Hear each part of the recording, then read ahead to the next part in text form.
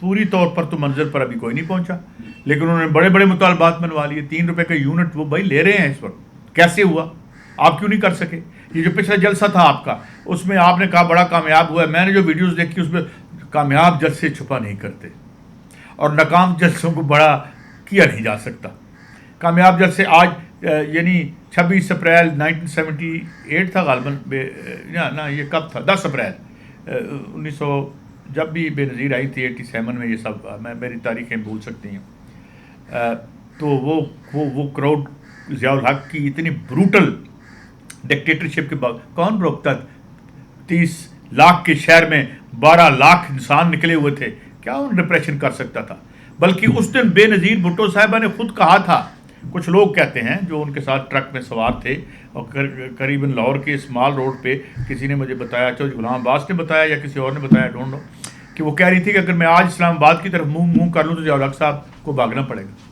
تو بات یہ ہے کہ آپ ہارڈ کور ایشوز، چونکہ پی ٹی آئی ایک ایسا پیرالل تمام اپنی جسے کہتے ہیں پاپولیرٹی کے باوجود ایک پیرالل اکنامک سسٹم، کیونکہ خان صاحب کی جو مسئلہ تھا وہ یہ تھا، میں تو بڑا ان کا نیاز مند ہوں، اور انہوں نے بڑی جب مجھے کئی دفعہ بلایا، ایک آدھ دفعہ بلایا بھی انہوں نے، وہ ایک اکنامک الٹرنیٹو لوگ مانگ رہے ہیں.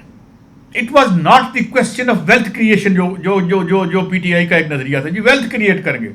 اور بھائی آج دیکھیں 105 ٹریلین کی ویلتھ نہ صرف کریٹ ہوئی، اس سے زیادہ کریٹ ہوئی ہوگی، لیکن جو ٹیکسیشن کی 4 سال میں اس موجودہ حکومت نے، وہ 105 ٹریلین جو کہ تقریباً مجھے بتایا گیا ہے 377 بلین ڈالر بنتے ہیں. یہ 377 بلین ڈالر جو حکومت نے ٹیکس کلیکٹ کیا اس حکومت نے 4 سال میں، یہ اگر 377 بلین ڈالر اس ریاست کے اوپر خرچ ہوتا، اس کا 50% بھی خرچ ہوتا، تو آج یہ ریاست کیا ہوتی؟ بھیک مانگ رہی ہوتی. تو ایشو یہ ہے کہ موومنٹ بنے گی. We are at the threshold of movements world wide. یہ میں نہیں کہتا، یہ آئی ایم ایف جو ہے اس نے اس بات کو ریکگنائز کر کے اس نے ایک انڈیکس بنا لیا ہے، جہاں جہاں موومنٹس ہوتی ہے وہ اس کو وہ کرتے. اور یہ باتیں ڈیوورس، یہاں پہ یہ سارے جو بیٹھتے ہیں بڑے جو مالکان گلوب ہیں، جہاں پہ ان مالدار لوگوں کی میٹنگز ہوتی ہے سوئٹزرلینڈ میں، وہاں پہ یہ چیزیں ڈسکس ہوئی ہیں. وہاں پہ مانا گیا ہے کہ تبدیلی جو ہے وہ لوگ چیخ کے تبدیلی مانگ رہے ہیں.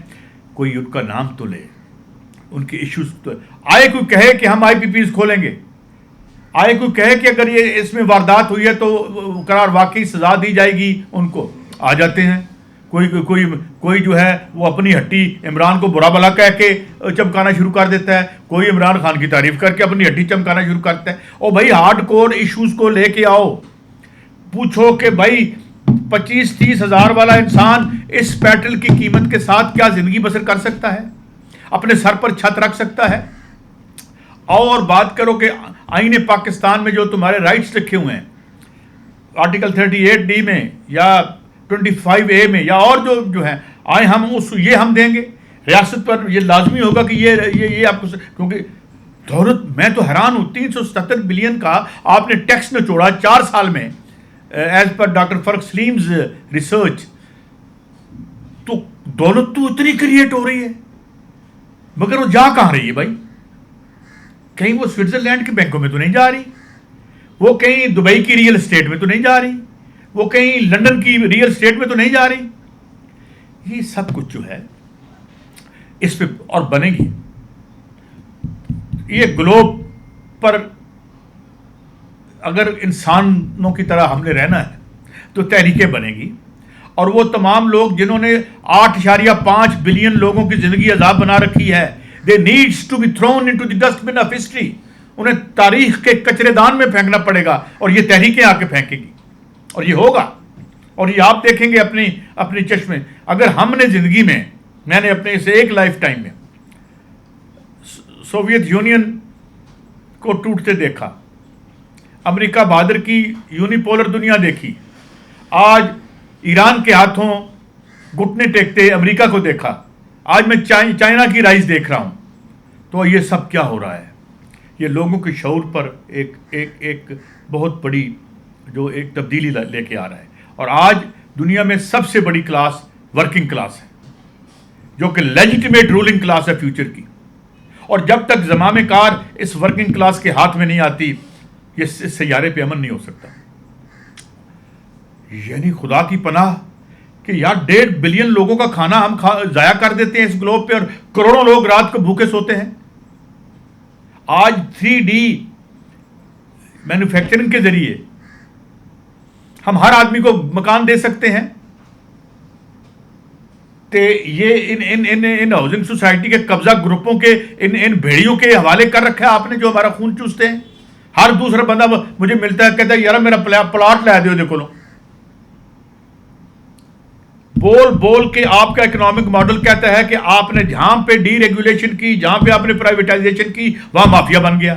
بجلی مافیا, شوگر مافیا, کیا کہتے ہیں اس کا آپ کا پراپرٹی مافیا, قبضہ مافیا, چائنا کٹنگ. یہ تھی آپ کی ڈی ریگولیشن. اور ایک ایک ذلت, ایک ایک غلاظت, ہر شہر کی گندگی. یہ لاہور شہر باغوں کا شہر آج غلاظت کا شہر ہے, دنیا کا پہلا اور دوسرا گندا شہر ہے. یہ آپ کے اس اکنامک ماڈل کی وجہ سے ہے. تو اس اکنامک ماڈل کے خلاف جو تحریک اٹھے گی وہ یوتھ اٹھ رہی ہے, اٹھی ہے. وہ 3-4 ملکوں میں آپ نے دیکھا نا, تھوڑی ایکسٹریم پہ بھی گئی ہے, نہیں جانا چاہیے تھا. پارلیمنٹ جلا دی انہوں نے, وہاں پہ سپریم کورٹ جلا دی. نیپال میں جو ہوا, انہیں پارلیمنٹ نہیں جلانی چاہیے تھی, سپریم کورٹ نہیں جلانی چاہیے تھی. وہاں جا کے عوامی عدالتیں بنا دیتے, وہاں جا کے وہ اسمبلی میں بیٹھتے کہ وی آر دی لیجیٹیمیٹ ریپریزنٹیٹیوز, اور ریاست کو جو ہے وہ اپنے ہاتھ میں لے کر اس تمام ذرائع پیداوار کو استوار کرتے. غریبوں کے حق میں تو انقلاب اور کی ہوتا ہے. بلڈی کا نام ہے, توری کا نام ہے. دی مومنٹ آپ ان کو اپنے وزیر جو ہیں وہ دڑکی لگاتے ہوئے دیکھا میں نے ادھر سری لنکا میں, تو اور کیا ہوتا ہے بھائی. وہاں سے بھاگ گئی, وہ کیا نام تھا اس کا, بنگلہ دیش کی جو پرائم منسٹر تھی, تو کیا تھا. آج وہ انقلاب ضائع ہو گیا. پہلے وہ اس کو لے آئے, وہ ایک جو مائکرو فائنانس کے نام پہ واردات کی تھی, جسے نوبیل پرائز جس میں ملیا ہوئے نا, اینا چیزیں تو ویسے ہی شک ہو جاتا ہے کہ 2 نمبر ہوئے گا. جی میں ساڑھا لال خان استاد کہا کرتا تھا کہ ہوں تو کامیاب بندہ ملتا ہے تو لگتا ہے 2 نمبر ہی ہوئے گا. I don't know, I don't want to give any sweeping statement. There are people who had their own share of success through fair means, but by and large اگر ہم دیکھیں, بڑے پیمانے پر دیکھیں تو یہ لوگ شاید بہت ہی اقلیت میں ہوں جو اپنے کسی یعنی ہنر کی وجہ سے اوپر آتے ہیں. تو کہنے کا مقصد یہ ہے کہ there are palpable reasons why کوئی اچھا احتجاج نہیں ہو سکا اور نہیں ہوگا. اب تو خود آپس میں لڑ رہے ہیں پی ٹی آئی والے. لیکن ایک بات کا مجھے یقین ہے, یہ حکومت ہر وہ کوشش کر رہی ہے کہ لوگ یہ دھکے دے کے لوگوں کو باہر نکال رہی ہے کہ وہ ہمارے خلاف احتجاج کرو. ان کو لیڈ کرنے کو تیار نہیں ہے, ان کے ایشوز کو کوئی جو لانے کو تیار نہیں ہے.